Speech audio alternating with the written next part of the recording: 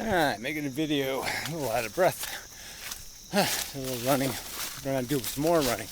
But anyway, so I was thinking, this whole argument again, why do people procreate? They won't just admit the truth, which is some sort of selfish idea in their head of whatever, their creation, doing something in the world, presumably good, something to play with, something to entertain them, some kind of ego thing. But they're not doing it because, the world needs something. They're doing it for personal reasons and, not external reasons. They're not figuring their kid's going to solve the world's problems. At least probably not. I mean, maybe they have some delusion that they're going to create, some sort of positive Frankenstein. But that seems unrealistic. And it seems also unrealistic how people think their kids are going to be something close, within the ballpark of what they are. That they're somehow going to maybe look like them, or talk like them, or act like them, or something like them. And that doesn't happen too often either. I mean, some people you can see it, if they're weird enough looking, you'll see the weirdness in their spawn. But generally speaking, that's not a positive thing. It's usually a negative attribute that, becomes that kind of dominant feature kind of thing. So what are you doing? You're basically saying, I'm going to make people who, there are examples of them in the real world right now who I don't even like. So what if you make a kid that you don't like? You don't like the way they look. You don't like the way they act. You don't like much about them. What's the point of that? That seems to be kind of likely. And yes, of course, you'll grow attached to them. And so you'll be able to get over that, maybe. I find it charming after enough years. But, isn't that all that's being done? Why would I make people who, generally speaking, I don't like? It's like this whole idea people have of sending people out into the universe to go represent humanity. I don't know if I'd like any of these people representing me. I might say, ew. Yeah, I don't like those people at all. Why would I send them into space? Why would I sense that somehow I'm going to live vicariously through them or something? I just don't see it. I don't see anything close to it.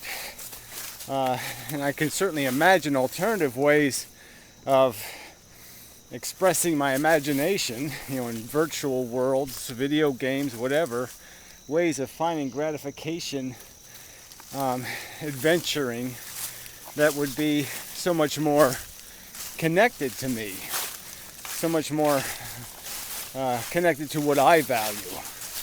That why would I accept this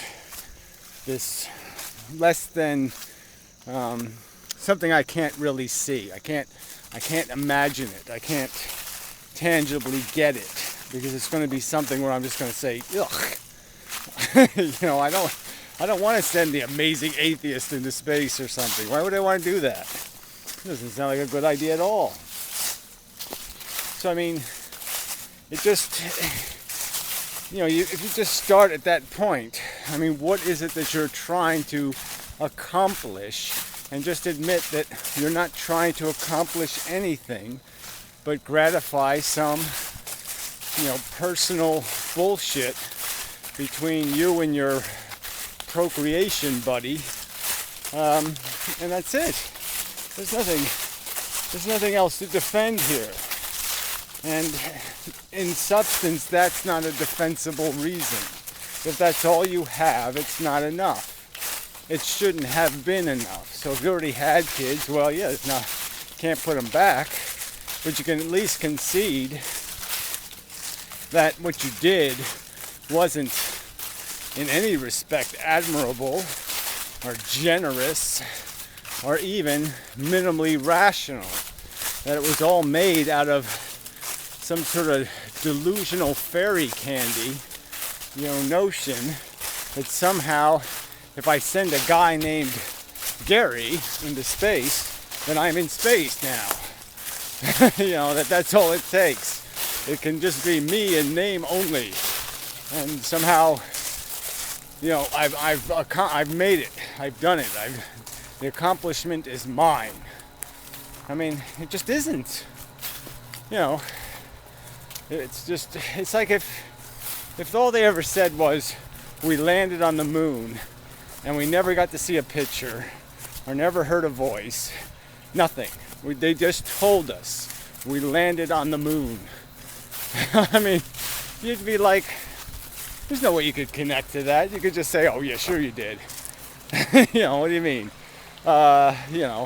And even if you conceded it, it wouldn't mean much because, you'd have no visualization of it. You'd have nothing tangible to put in your imagination. And just this whole idea of this vague notion of humans in the future. How do I relate to that? And how do you relate to that? And I guess I'm arguing that I don't think you are relating to that. I don't think you're even thinking 4 days into the future, let alone 100 years into the future. You're just thinking about your personal ambitions, your personal attachment to an idea of family and whatever, Christmas and birthday parties or ha ha, laugh, fun, whatever it is, some kind of little gooey crap. And just admit that you're basically opening this risk door,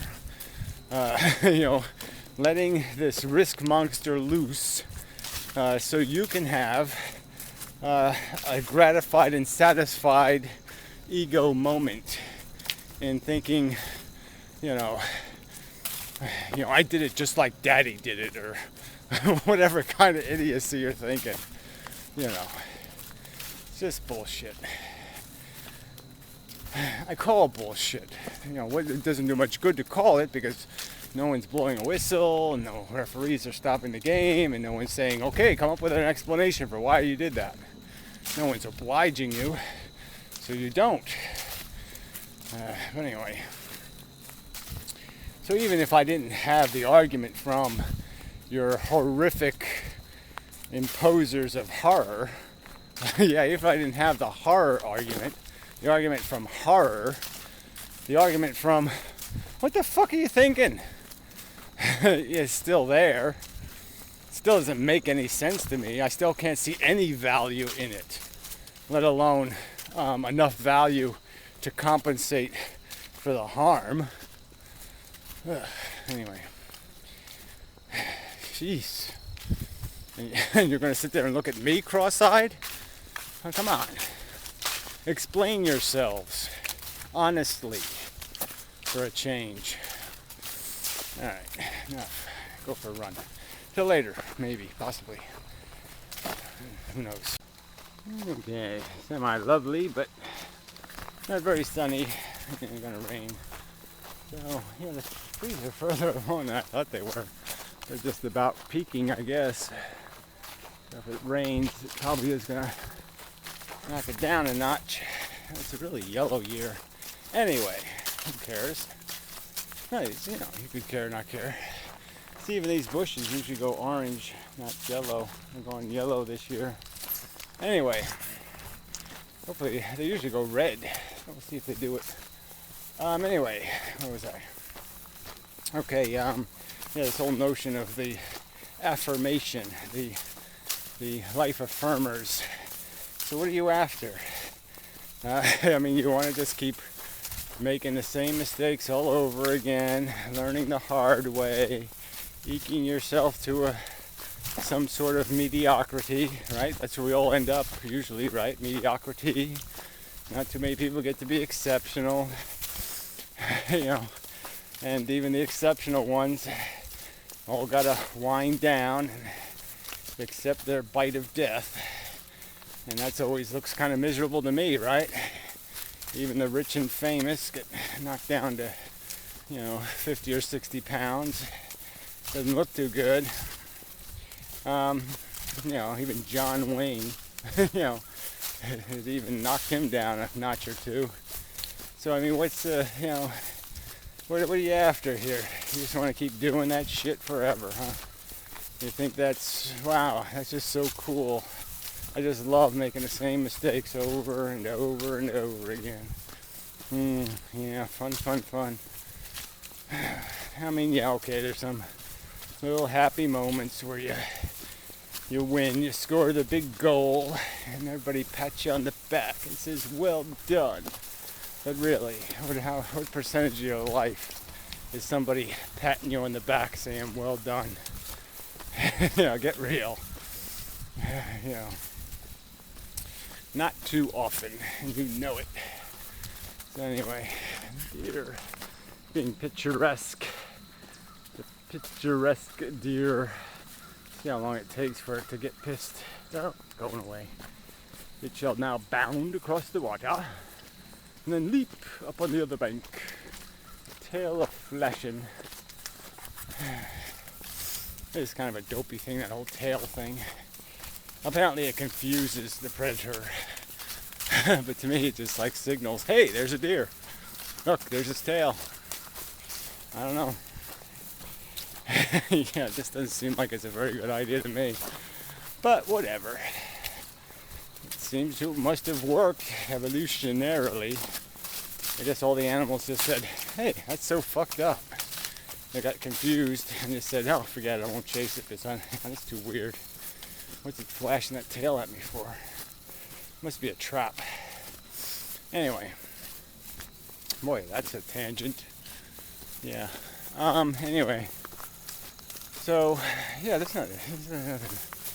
I got nothing to report. Just sit here and ponder what it is you people are after.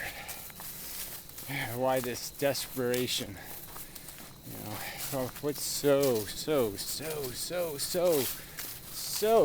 important that you have to put up such a fight? Defending what? Your right to play a dangerous, ugly game. Oh, gee, how special. I mean, if you were fighting for some sort of utopia, maybe this would make sense. But even then, utopia made out of what?